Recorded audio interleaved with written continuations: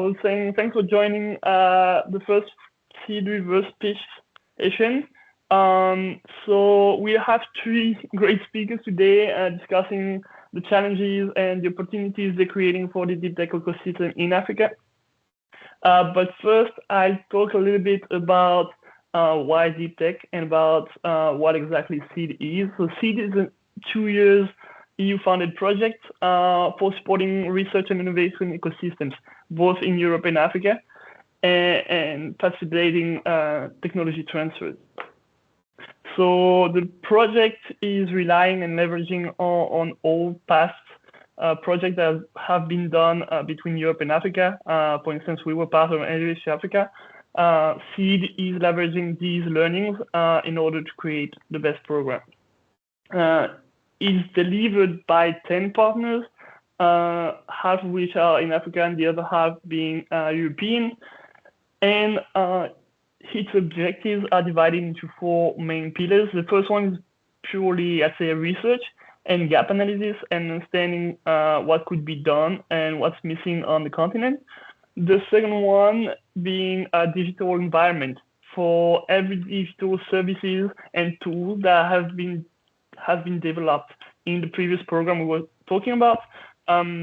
So the objective is really to have a one-stop shop for all these services.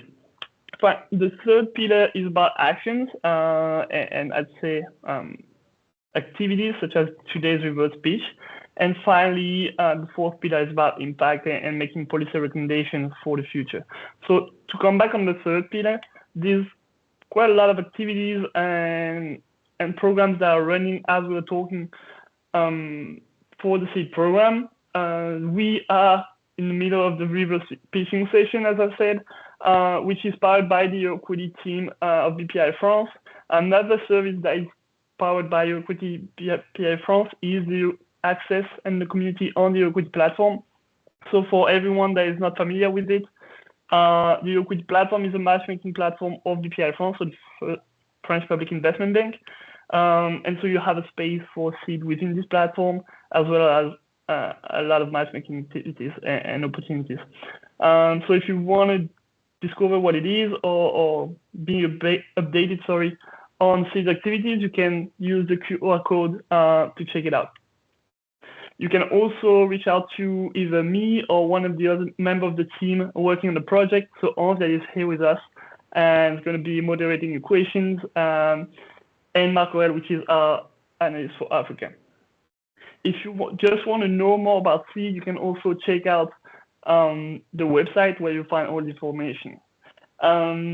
And that's enough for me, I guess. So first we'll discover the OST Brain program that had a great impact on supporting scientists, entrepreneurs on the last years. And we'll discover it with Yesmine, the program manager. Thank you, Antoine. Thank you, Ange, and thank you for the whole team for having us. Let me share my screen. All right.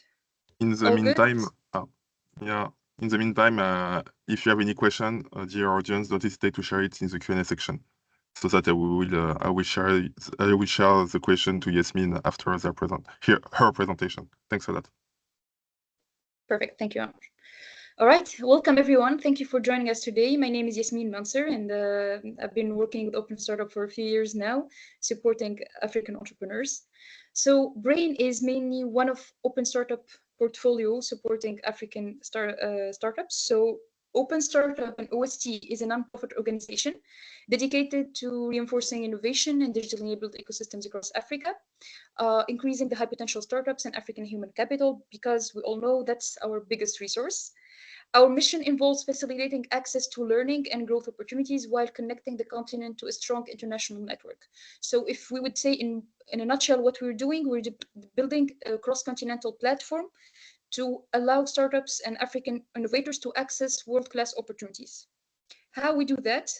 We have a portfolio of programs that we divide today into soft tech and deep tech, and we can discuss further moving forward why we really need to have deep tech focused programs. So we have soft tech programs and deep tech from the ideation to the acceleration phase. It's been 9 years now that OST has been working to support entrepreneurs, and we came to the realization that as we move forward, we need to tailor our programs in a more specialized manner, because each pipeline in each stage of the life cycle of the entrepreneurial adventure, entrepreneurs' needs differ. So that's why today we're focusing on the deep tech programs. BRAIN, that stands for Bridging Research and Innovation, is the program we've been managing for 4 years now. So we have the BRAIN X for the ideation, and I'll tell you more about it in a nutshell in a few. And then we have the BRAIN Accelerator, which is our core program that serves MVP startups seeking to accelerate their growth to become investment ready.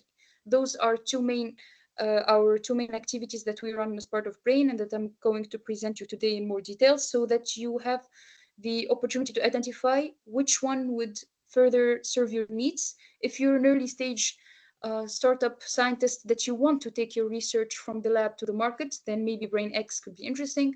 Or if you're already in your MVP stage and trying to raise your first investment, could be BRAIN Accelerator, could be your right opportunity. Of course, if there are any ecosystem builders or partners present, we're happy to connect and develop partnerships, as we also do ecosystem events in different African countries with cross-continental audience to build deep tech in Africa. Now, the BRAIN X program that serves the early stage pipeline of scientists in Africa is a 2-day in-person bootcamp held in an African country, different African country based on demand. So far, we organized 3 bootcamps, 2 in Tunisia, 1 in Uganda, and we have 3 upcoming ones under planning. We're in Rwanda and also additional editions in Tunisia, designed to foster an entrepreneurial mindset among scientists, inspire and equip them with the needed tools to transform their research into impactful deep tech ventures. This bootcamp is usually delivered for 30 to 40 scientists. It features training sessions, panel discussions with ecosystem players, networking opportunities, and of course, it offers an immersion in the local ecosystem with an understanding of the global context.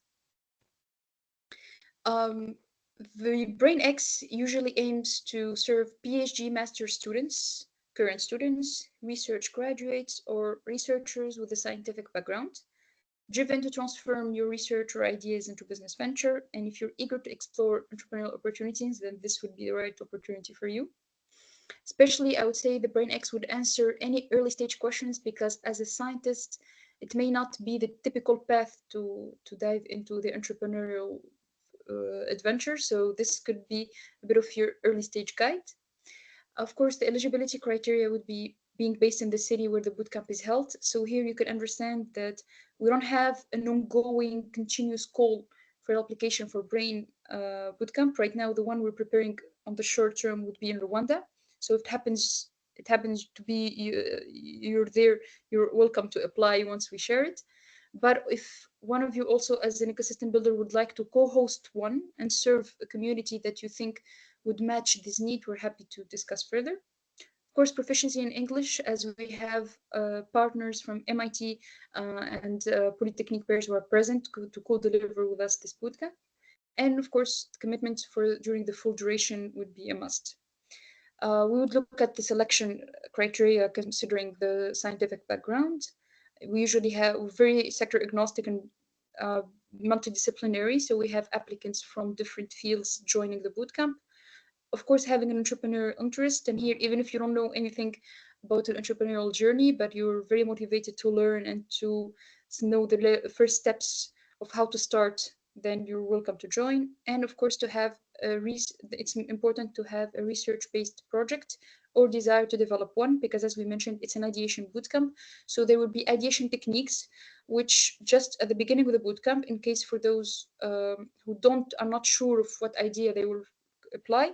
If you already have an idea, then it's fine. The first one would be just practice exercise, but then the remaining sessions of the bootcamp would be very relevant for your project.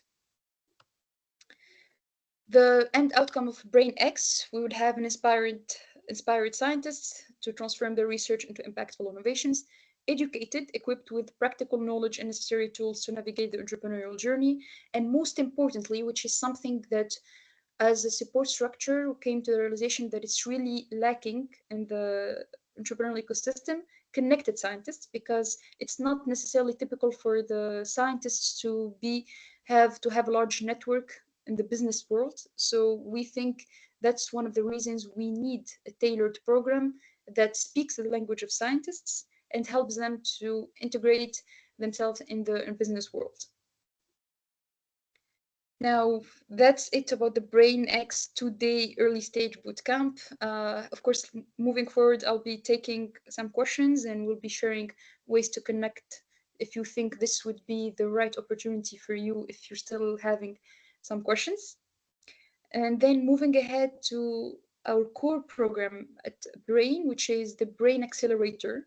This is where we build a holistic 1-year acceleration program, aiming to accelerate 10 African startups next year, from MVP to investment-ready ventures, solving Africa's biggest challenges. This program is run in partnership with Africa Grow, which is a German fund, African Vest, which is an African VC firm, MIT Management Executive MBA, who are our academic partner, co-designing and delivering the program with us, MIT Africa and BPI France, of course. Then the program for the next edition will be powered and funded by Digital Africa and Sanofi.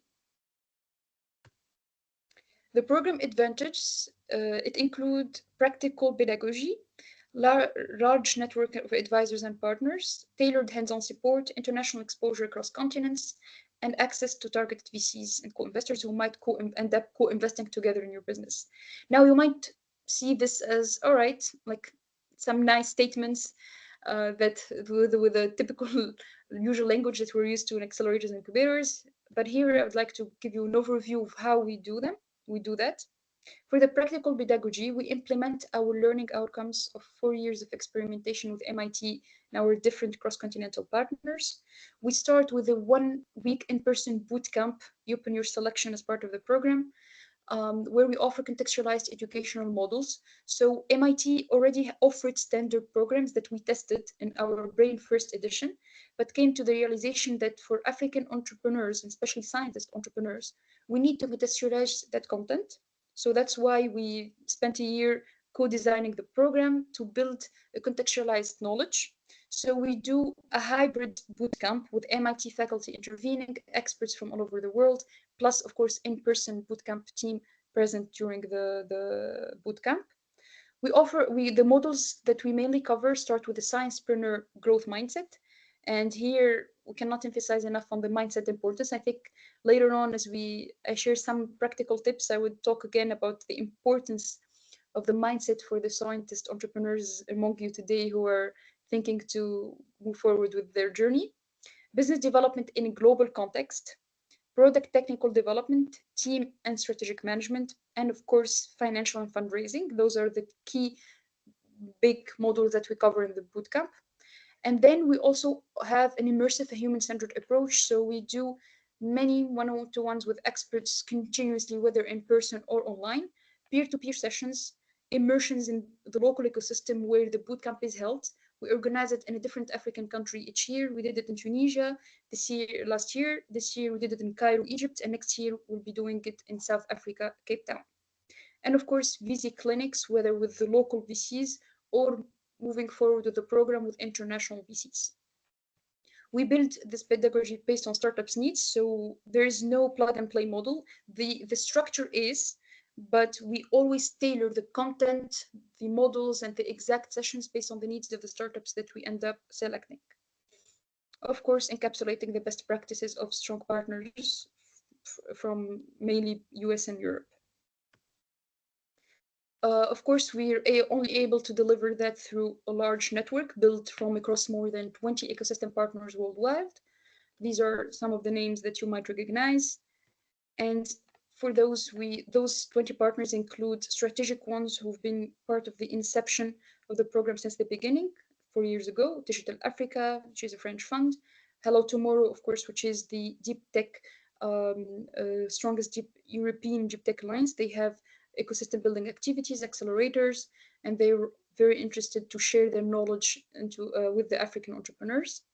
Industrial leads and VCs, because when we're building deep tech projects, it's crucial to connect with the industry and also listen to the VC's feedback. So this year, we're very happy to have Sanofi fund part of the program and Digital Africa investment team, who are the main partners and funders of the program. Academic expertise, of course, and the country-specific network. As we mentioned, as part of BRAIN, we offer a lot of, we build this cross-continental platform that we put at the service of the startups, so that if you're aiming to expand or to develop any business operations, you will have exactly always the network that we could refer you to. Tailored hands-on support. So after the bootcamp, the startups benefit from a 4-month tailored post-bootcamp phase that includes a weekly tracking of your achievements and needs, and personalized fellowships for talent acquisition if you need to complement your team with local or international talent, and technical support. Of course, we do that in a very rigorous manner. We start with a survey to collect your needs, and then there's a whole identification matching process. As we mentioned, it's really not a plug and play program. I think our main added value is the customization we offer in the operations of the program. Of course, the international exposure across continents. So BRAIN also offers international immersion experiences. So after you graduate from the bootcamp and you complete your mentorship phase with the different network that we put you in touch with based on your needs, we offer you the opportunity to be part of 2 immersions as part of the program. And here you would select whether you want to go to a specific strategic destination in Africa or to Europe. Right now we have Paris as the main destination, or the US, Boston. And of course, the agenda is designed tailored to your needs in terms of who would you meet there. And it's also fully funded by the program. So this is an overview on our different partners and immersion collaborators in each of the countries. So this year we did an immersion in the US, in Morocco, Paris, Uganda, and in November we'll be doing our final immersion for this edition 3.0 in South Africa. Aligning it, of course, with the Early Stage Investor Summit, as we always try to identify the best opportunities that would maximize the added value for the startups. And then we close the program with the VC pitching session, hoping that by the end of the support phase, you would be able to pitch considerable progress with your international exposure, interesting leads, potential clients, in a way that it will make you ready to have or convince VCs with your progress and that you're worth to raise that investment that you need. So we organize friendly in-person clinics during the bootcamp, and then VC pitching sessions to prep you for this final prep session, pitching session that happens at the end of the program. And here for this year, for example, we were very happy to collaborate with BP Your Equity Network. We organized a virtual pitching session for BRAIN 3.0 cohort. Last but not least, as you join BRAIN Accelerator, you're not only part of a deep tech community, but you're part of OST global community, and you have access to strategic partnerships platform where people are very keen to follow the collaborative mode, people who are ready to share their time to advise you. So it's a long-term engagement. We say when you join Open Startup, you're once an opener, you're always an opener. So we have more than 2,000 alumni and more than 400 startups supported. You will also get the opportunity to identify potential partners from the community itself. And for example, this year, out of our 3.0 edition, we had 2 startups partnering up to produce affordable healthcare testing solutions in Africa. So Remedy is an Egyptian startup, and Fluobiotech is from South Africa, and we'll give you an overview about them. So maybe this is a bit overwhelming. I'm trying not to speak fast, but maybe I am anyway, so I'll try to slow down. These are the main key milestones for you to keep in mind. So if you're part of BRAIN Accelerator, you will first participate in an in-person bootcamp that will take place between the 24th and 1st of March in Cape Town, South Africa, and it will be fully funded by the program. And then there's a post-bootcamp support. As you graduate, you will have additional training, tailored mentorship, access to talents with local international internships, and then international exposure. This is the immersion component I mentioned, where you would choose to go whether to the US, Europe, Africa, or both. since each startup will benefit from 2 immersions throughout the program. And at the end, you will be part of the VC pitching day to pitch your progress. Now, the targeted startups for the Brain 4.0 include 2 main focuses.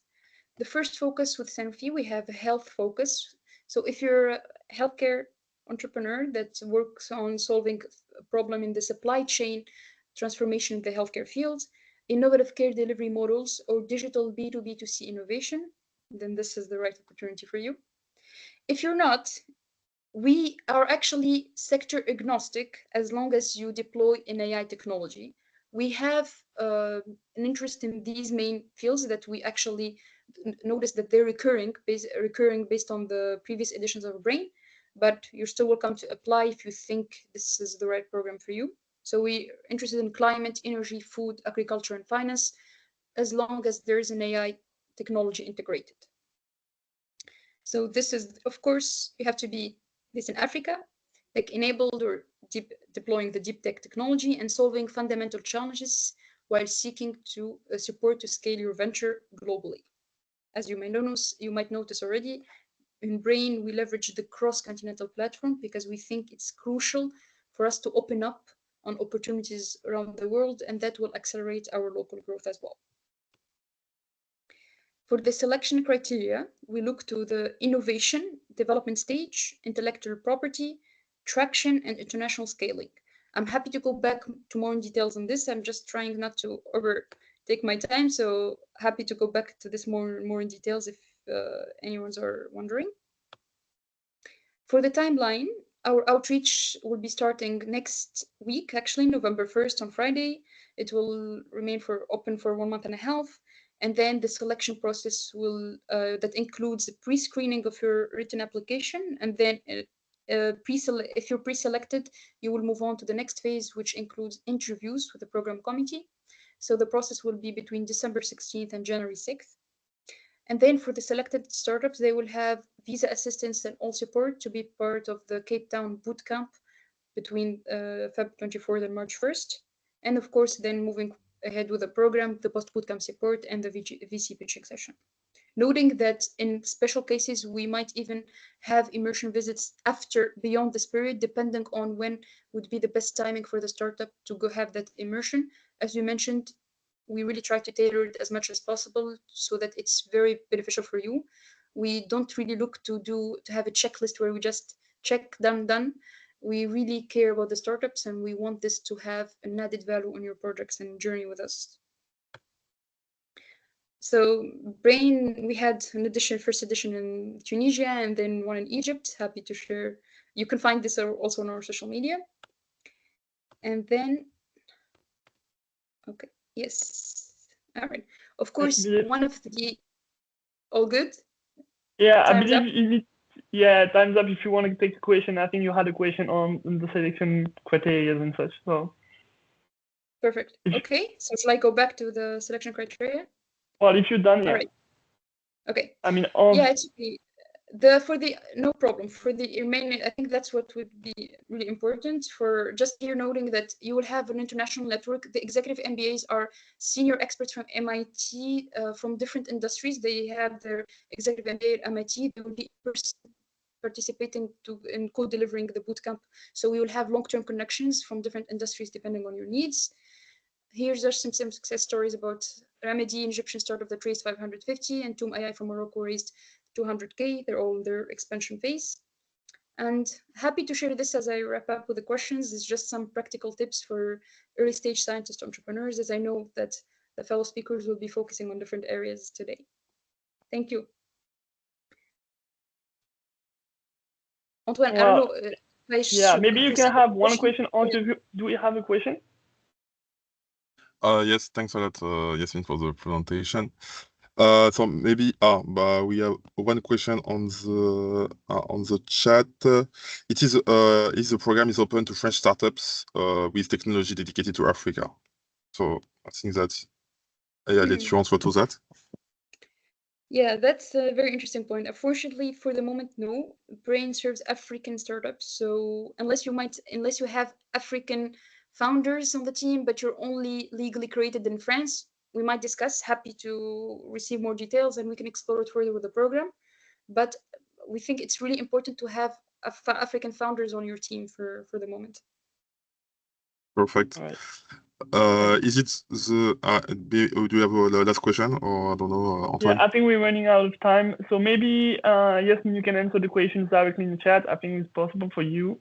So feel free to keep answering them. But I think we have to move on to Yann presenting Katapult Africa and the accelerator.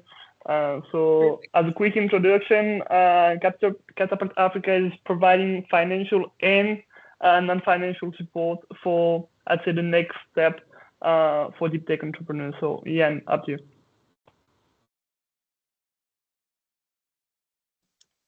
Thank you, Antoine. Hello, everyone. Let me just share my screen.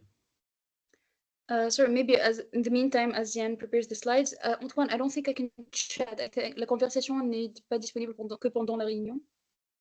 I don't think I'm able to send messages. All right, I'll check it out. Okay, thanks. Sorry, Yann, go ahead. Cool, no problem. Can you guys see my screen? Yes. Great. Well, thank you so much, Antoine and the team for the invitation. So for everyone that doesn't know me, I'm Yann, investment associate at Katapult Africa, which is basically, and you will learn more about it, of course, that's the point of this presentation, but impact accelerator fund looking to scale and support early stage startups within the agri-tech, food tech, and climate tech sectors. So who we are, what we do. Here's a short summary of what we do. So yeah, as I mentioned, the strategy is focused on food security and climate resilience through technology. So for that, we invest across the entire continent and accelerate all the startups we invest in. So far we ran 2 accelerator programs, 3 pre-accelerators, and made 16 investments across the continent. That doesn't take into account, of course, the investments made through the Katapult system into the continent, which takes the total at 34, if I'm not mistaken. On top of that, so on top of the program, we provide support to startups through our network of mentors on the continent and beyond. And during the last investor day that we had post-program, we had over 200 investors sign in from all over the world to see the beautiful innovations that the founders were up to. So there's a strong focus on impact, of course. So we believe that, with solutions from the ground, we're able to solve some of the world's most pressing challenges. And we aim to really accelerate the growth of these companies for them to impact as many people as possible.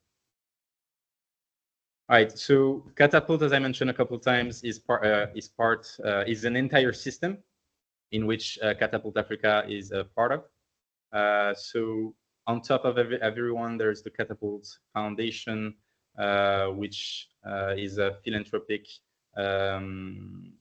community looking to build knowledge around impact investing around the world in order to promote that as much as possible and teach some learnings to new funds, for example, and startups.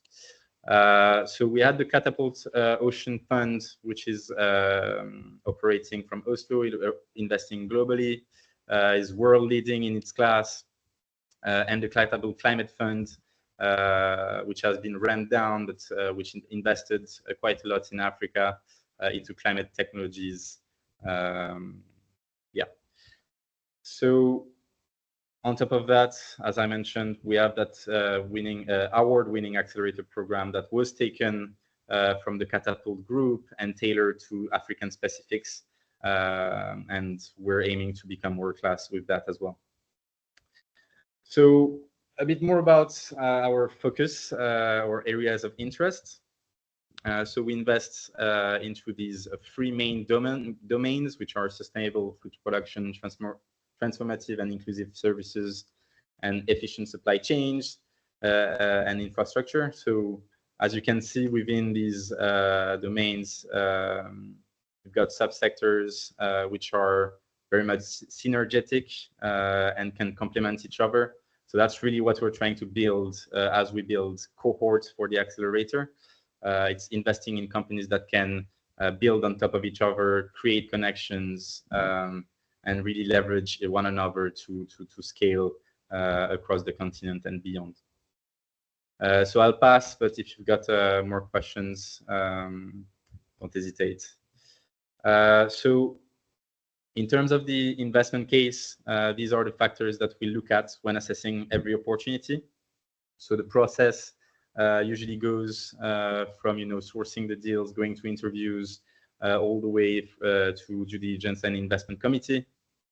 It's a quite extensive process in which we're going to assess all of these factors.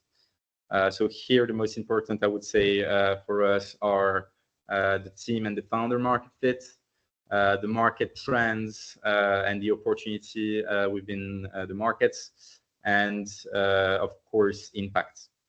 So all the startups need to have a clear intention to make impact with strong potential for direct impact at scale. Yeah, so the domains and the subsectors that I've laid out before are right here above. And this is basically the pillar of our theory of change, which ultimately aims to generate climate resilience, adaptation, and mitigation while reducing poverty and inequality. We're really big actually about gender inclusion and equality, and are actually implementing something in our program with regards to this in order to train teams and expand the mindsets of the ecosystem with that regard. So in terms of on top of what we come up with the typical investment, we are providing hands-on support and post-investment support, post-program support, actually all the way to exit.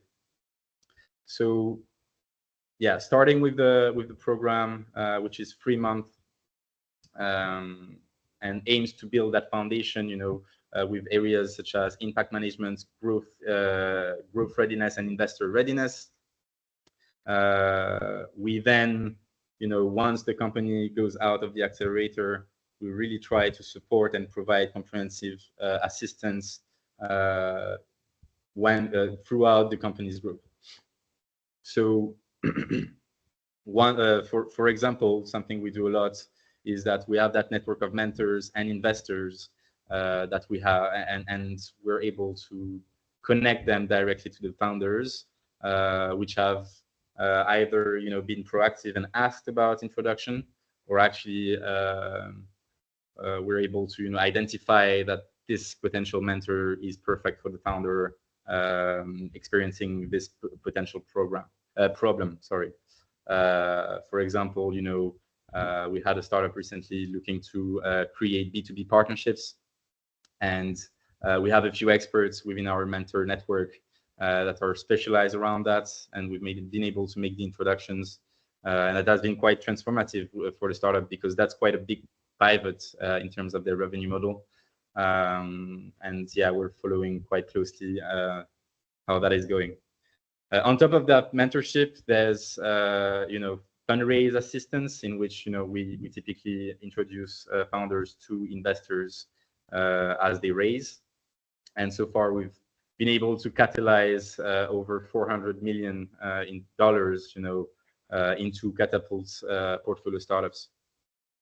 And then going forward, and for the end of the lifetime of the company, where we are really actively engaging with founders to lay out an entire exit strategy, and engage with potential buyers, potential acquirers, and explore many opportunities in order to get to our returns, but also the sustainable growth of the startups in the future.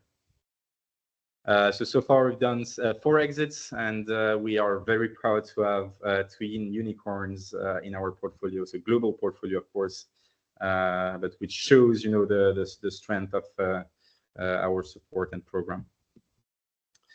So here's a bit more about here's a breakdown of what I just went through. But yeah, as you can see, we're really trying to set the foundation during the accelerator program before, you know, strengthening the venture and creating these opportunities. So a bit more about the modules, and I'll take a pause here because and talk a bit on top of the slide, because we're actually coming up with a complementary program on top of the typical accelerator program that we have, you know, with the tickets ranging from 150,000 to 500,000. We're coming up with a earlier stage program in collaboration with the Norwegian Development Agency, NORAD, which aims to basically bridge the gap between, you know, pre-seed and pre-MVP to actually entering accelerators like Katapult Africa, but also like I'm thinking about Catalyst Fund and others on the continent. So it's really trying to provide, aiming to provide the founders with all the tools that are necessary in order to get to that accelerator and transformative stage of the business. And so this new program will come on, as a complementary program. So it will be run approximately at the same time. The only difference is going to be the stage of development of companies, and there won't be any investments, but there will be a strong potential for future investments as we make sure that the founders have all the tools necessary to access such programs. So in both programs, you will have the 3 modules on top of the gender equality module that we're currently building. And so that's what I'm going to go through now. So the first module is the growth readiness module, where we basically make sure to enable, you know, sales and people strategy for the startup to grow as much as possible, or to reach that stage where the company will be able to grow aggressively. So we lay out go-to-market strategy, we review investor strategy, we look at pitch decks and how that can influence your growth. We look at partnerships with governments but also organizations throughout the continent. And of course, we keep in mind the importance of pivoting and make sure that the companies have the right structure and mindset to be able to pivot rapidly if needed. Then you've got investor readiness, which basically provides all the tools necessary for fundraising and the fundraising journey. So from pre-seed, seed to actual series A, B, C, and exit. So where we basically look at investor maps, we look at, pitch decks, and of course, pitching to investors. We look at the entire equity story and make sure to lay out a plan for each startup in order to make sure that, you know, the equity story translates and it is fitted to the solution that the founders are coming up with. So of course, a hardware company is going to have a very different equity story than a software company. That's the best example I have. So you've got case studies, you've got investor matchmaking, you've got CEO forums, and all of that. And then finally, the impact readiness module, in which we help you frame a relevant and applicable impact strategy, starting with, you know, a theory of change, just as the one I've laid out before for the fund, all the way to actually setting up clear metrics that you would be reporting on all the way after investments. that can basically unlock further funding opportunities from impact investors at later stages. So we're really trying to bring in foundations of impact strategy in order to help the founders in that journey and make sure that they realize that impact is closely tied with growth and business success, and that you can have KPIs on both sides that are closely correlated. So here a bit more about our mentors. Yeah. You have to wrap up quite fast if you want to have time to answer a question too. Oh, sure. Well, the mentors are here. I guess there's some big names here that you can recognize. Of course, that doesn't take everyone into account. That's about our network. So on top of the mentors, of course, we're collaborating with the ecosystem, some corporations, a lot of investors, and academia or other organizations to really help you grow in all the ways possible. Now I'm going to wrap up with the success stories. So from the Katapult Africa portfolio, which is quite nascent because we've been operating for right over 2 years now and made 16 investments across the continent. You've got Complete Farmer, which has made quite a noticeable Series A. I think it's the second most important Series A on the continent so far. So that has been quite amazing, raising 10 million from Goodwill and Araf. And yeah, increasing 80% in operational efficiency since then. So these guys are actually impacting so many farmers because they're making sure to link them with the right buyers and ensuring that the buyers have products that are actually at quality standards. And we're talking about smaller farmers here, which are really scattered into throughout Ghana and usually don't have access to information. And then, of course, the Katapult unicorns. I kind of have to talk about them. But yeah, SSU and Butterfly were companies we supported a few years back and have reached that billion plus valuation in less than 4 years. That's something we're really proud of, and they're quite vocal about the fact that Katapult has been quite transformative into their journey. I'll stop here. Thanks to everyone for listening. Thanks, Antoine, for the reminder. And yeah, you're welcome to apply. In terms of the process and the timeline, we're just reigniting the process because we've ran one this year. So we're slowly looking at companies, and we'll start interviews in December, January.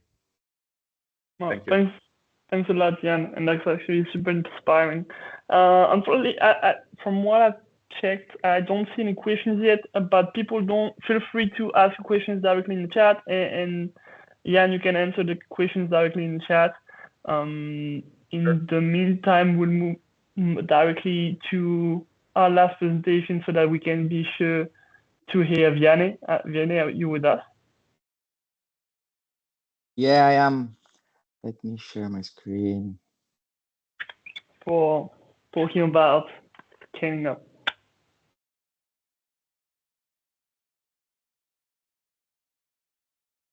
Can you see my screen? Yes, we can. Okay, perfect. So I don't have programs, so maybe I will be a bit faster. But it's a pleasure for us to be invited, and I will speak about the importance of those programs a bit later in my presentation and what it means for the ecosystem. And they are highly valuable. So I really advocate to everyone on those calls that if the program is a fit to really apply for them, whether it's to Brain or to Katapult. So a presentation about ourselves and me also. So my name is Yann Mathonnet. I'm the GP of Modus Africa. We are a deep tech VC firm specializing on Africa. We are part of a larger group called Modus Capital that have a strong base in the Gulf region, especially UAE, Saudi, and Egypt to a larger extent. We have numerous partners, mainly from the Gulf, and also some large tech partners with who we support in programs when they have ones, and also where they can bring some additional value to our portfolio of startups. especially in the AI side, where access to GPUs is quite challenging and quite pricey those days. In terms of our investment thesis, so we look at innovation that are born in Africa, that solve a local challenge on the African continent, but also that have an international scale. We want to position the African continent not just a limitation of its geography, but actually a place where innovation can drive and where innovation can also extend to Europe or to the Gulf region and whatnot to the US. We are quite recent on the market, but in the last 12 months, we made 8 investments in African deep tech startup, and we're aiming to add 4 additional by end of 2024. Where we like to enter most of the time is post MVP or post proof of concept. Obviously, as a pure VC, the more traction, the better. But we are also willing to look at pre-revenue startups as long as there is a corporate or client that kind of validated the model. Our due diligence are also a bit longer than a normal VC. And that's because we really review the tech behind it. And we bring on some external experts that are most of the time not African experts, because to fit in our thesis that we can have African innovation that can service the world, we need to make sure that those innovations have also a potential in the world. So we're going to speak to some of the largest healthcare in the US, or we are going to bring on board some, if we look at, for example, energy, some nuclear advisor. So our due diligence tends to be a bit longer than classic due diligence. Maybe to go on another point, and feel free to ask in the chat if you have questions about where we invest and how we invest. I'm going to go a bit more into the VC context and what is the current state of VC in Africa, and especially what does it mean for deep tech startup evolving on the continent. So on the very positive side, the African VC share compared to the global market has been increasing since the last 8 years. So back in 2015, we were at roughly $300 million in funding for the whole year. And we reached in 2023 the 3.5 billion mark. So in the last 8 years, the VC shares almost grow by 4 times, going from almost 0.2% to more than 1%. It's still very small. If you compare especially to the population of Africa, we should be 3 times higher. But if you also compare it to the share of the GDP of the African continent, VC funding is still relatively small. At least there is a very good trajectory. And what is even more interesting is that if we look at the VC funding in Africa, particularly in terms of numbers, we arrived to a VC funding that is following global trends, but still, while following global trends, is still able to gain market share and market positioning. So we believe that the African continent is starting to become more appealing for investors. There are multiple reasons around that. The fact that we have access to lower valuation, but also a general acknowledgement of the potential of the African continent, both in terms of its key KPIs of population growth, new market, rising middle class, but also in the acknowledgement of the availability of scientists on the continent. And one of the advantages of the scientists and researchers and AI engineers on the continent is that they cost way less than if you are evolving in market like Europe or US. And therefore, you're able to do some research and some development that normally would have cost millions of dollars in more emerging markets rather than on the African continent. On the negative point around the VC funding is that this year has been pretty bad. So we are half year of 2024, we raised only 700 million, and that represents only a third of what was raised in 2023. So we might have a very, very bad 2024 year. And that's also put into perspective that fundraising is very hard and challenging. So sometimes when you're a startup, you need to find other alternative source of revenue. We'll go into that aspect a bit later, but there is also a focus on getting customer and being able to sell a portion of your knowledge or what you are building on your R&D to try to have earlier revenue and then to be able to continue on your R&D and then arrive finally at your end product. I was on a call this morning with a founder, and he says something very clever. Customer has way more money than VC, and that's true. So when the market is really bad, sometimes it's just better to focus on getting a product out, getting some revenue in, rather than chasing every investor possible. So in our short-term outlook, we still believe that in the next, until end of this year and most probably 2025, the VC funding will remain under pressure. We are seeing a decline in interest rate, which make VC investment more appealing for investor. However, there is always a little lag between what's happening in Europe and US versus what is happening in Africa. So even if we have a decrease in rate and an uptake in VC funding in 2025, this might appear a bit later in Africa. Some other key things to take into consideration is that there is relatively a small pool of African VC investor. There is not that much fund on the continent, and that comes from the fact that there is not that much LP neither. So being able to communicate effectively with your investor and sending regular updates, being able to not burn bridges in your relationship is quite fundamental. The limited exits and MAA are fueling also that aspect of fewer funding in Africa, because fund needs to give back the money and the proceed to the LPs. And when they are arriving to the 5, 6, 7, 8 years, and they have challenge with their exit, it means that they will have difficulty to raise a new fund, and therefore it creates a smaller pool for you guys. In terms of the limited exit, and that's why I think the deep tech aspect is very, very interesting, is that if we develop an innovation that is at the core or a core innovation, it's technically not only an innovation for Africa, it should be also an innovation for the rest of the world.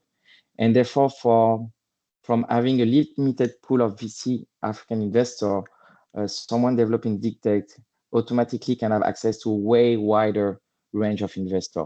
And that's particularly interesting, and that will fuel the exit, and that also will fuel ultimately the M&As.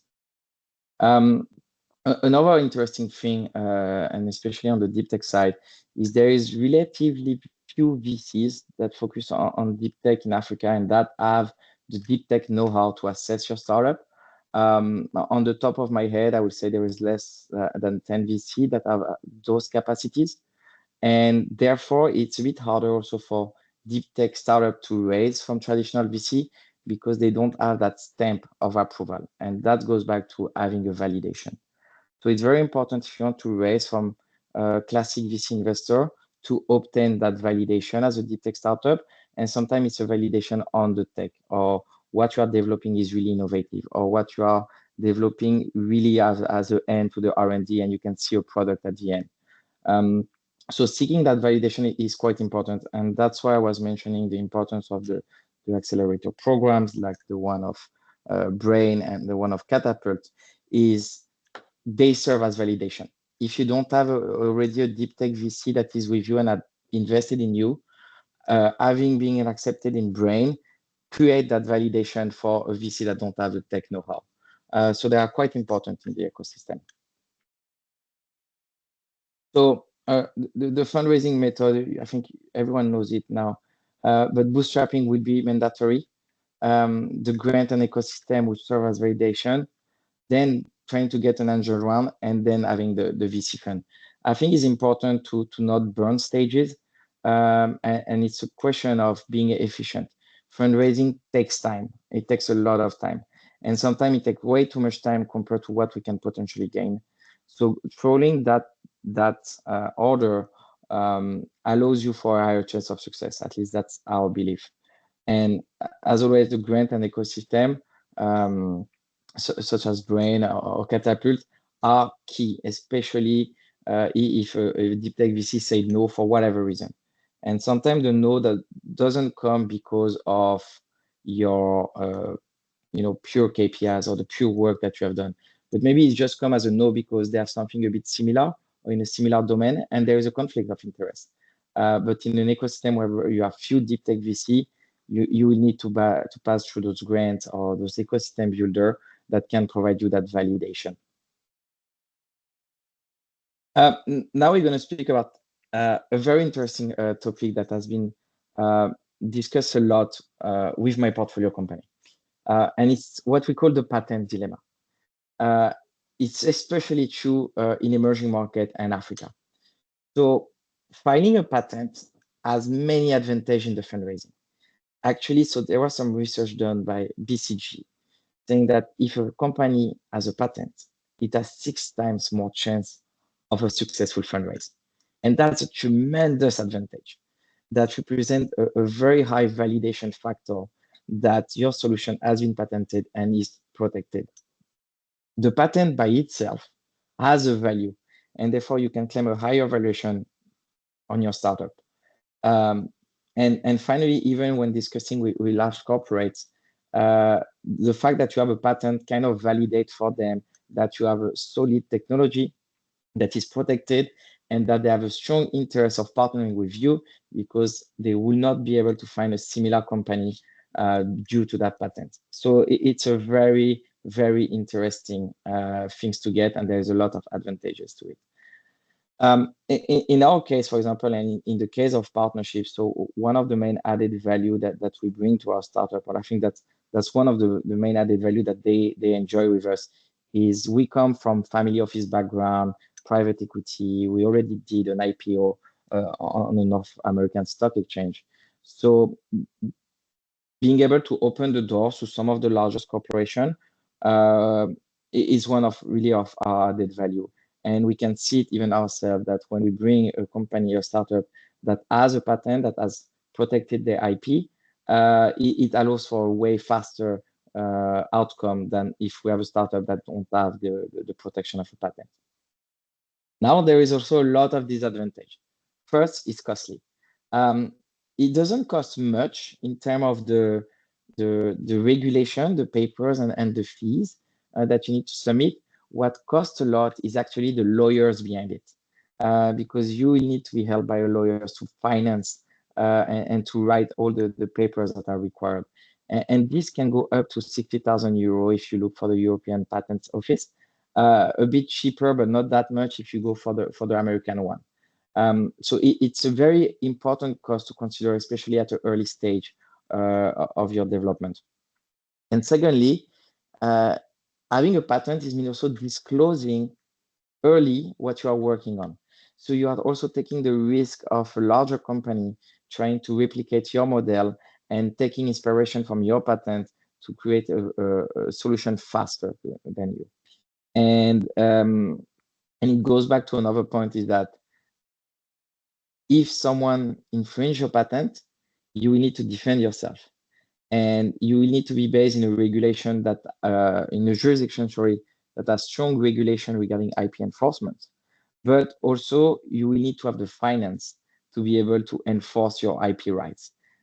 So it's a complex dilemma, and it's hard to always balance, should I patent my solution or should I for now keep it a bit secret? What we found as some winning strategy that we saw on the continent, but also outside in the Gulf country, for example, is to first patent not your entire solution, not your entire research, but actually to patent what we'll call some gateways. So some crucial part of your R&D that will limit people to copy it, but at the same time doesn't disclose everything about the solution. It allows for a mix between the two that are very interesting, and that's able to basically to demonstrate the innovation. Another thing is to use provisional patents. So I know it's something that is actually very used in the US, which allow to file earlier patents, and they'll give you basically 12 months to finish your application. And during that time, you have a patent pending status, which has a dual side effect. Some investor will see that amazing, I need to enter before the patent is issued because they will expect your relation to grow after. Or on the other side, they might say, okay, let's wait for the patent to be fully issued before I invest. And on the last point that maybe I will focus this and reinforce is the importance to work with the ecosystem builder. Everything that you can earn during that journey is a plus to validate your tech. Whether it's a hackathon that we did many hackathons, for example, with Intel. It doesn't validate your product itself, but it validates your personal capacity to develop a high-tech product. Whether it's being accepted into Brain, we look at all the portfolios that are going through the Brain program, but also we push our own startup to apply to the Brain program. So those initiatives serve as validation, and they are crucial if you want to bring your startup to the next level in terms of fundraising. And the last one is a very basic one, but actually a lot of people still struggle to do that, is you need to explain a deep tech solution in less than 5 minutes, like an elevator speech. And he needs to be understandable both by people that are technical and people that are just business. And this is something people don't train enough on, and it makes a huge difference. Lastly, in terms of example of one success, I could have used RMD actually, that you saw recently. One of the reasons is that RMD, we participated in the round after the graduation at Brain, and the founder mastered exactly what we were speaking before, the ability to patent a portion of their solution, the ability to transform a very technical pitch into something understandable by everyone, and the ability also to collect and chase those grants and competition that give us sufficient runway. On this one, so we look at a company called Atarek. So Atarek is a wave to energy that is especially designed for port infrastructure or desalination plant, everything that is next to the sea. They have a solution that they patented that allow for wave to have a multiplication factor. And it allows them to be 3 times more efficient than solar, but also 2 times cheaper than any of their marine competitor. They have played that game of filing patent at the right time and working with different awards and grants and competition. And they finally raised more than 1.5 million just in grant and prices. And they use a portion of those revenue every time to file the patent in the jurisdiction where they were interested. Every time they were doing a pilot for corporation or port infrastructure, that's when they started to file a patent. So they have been very intentional around that. Today, they have their first agreement that was with Tangemed in Morocco. And what's super interesting, especially in our thesis, is that the second agreement that they have is actually with the Kingdom of Saudi Arabia. And it will be with the Red Sea and the NEOM project. I'm sure you heard about this new city development. So for us, it corresponds exactly to what we're looking, a company made in Africa that solves issues in Africa, but at the capacity to scale globally. If you want to reach out to me, here's my LinkedIn. Feel free to reach out. And if you have any question, I don't see the chat now, happy to answer them. I hope I was in time. Yeah, pretty much. If you have any questions for Vianney, feel free to put them in the chat. I only have a few conclusion words to tell you, to tell thanks to the 3 of you, Vianney, Yesmine, and Yann, for presenting these, I'd say, opportunities for wannabe founders or for founders already. We'll send you the replay of the session in case there's information you'd like to hear again, or we also send you the presentations on all the information so that, bye Yann, thanks a lot. Just so that you can find the information again, do not hesitate to reach out. I believe Vianney shared his contact. Yesmine did the same. So feel free to reach out to them for more questions. And thanks for being here. I don't think we have any questions yet, so I'll thank you. It's been a pleasure. Bye.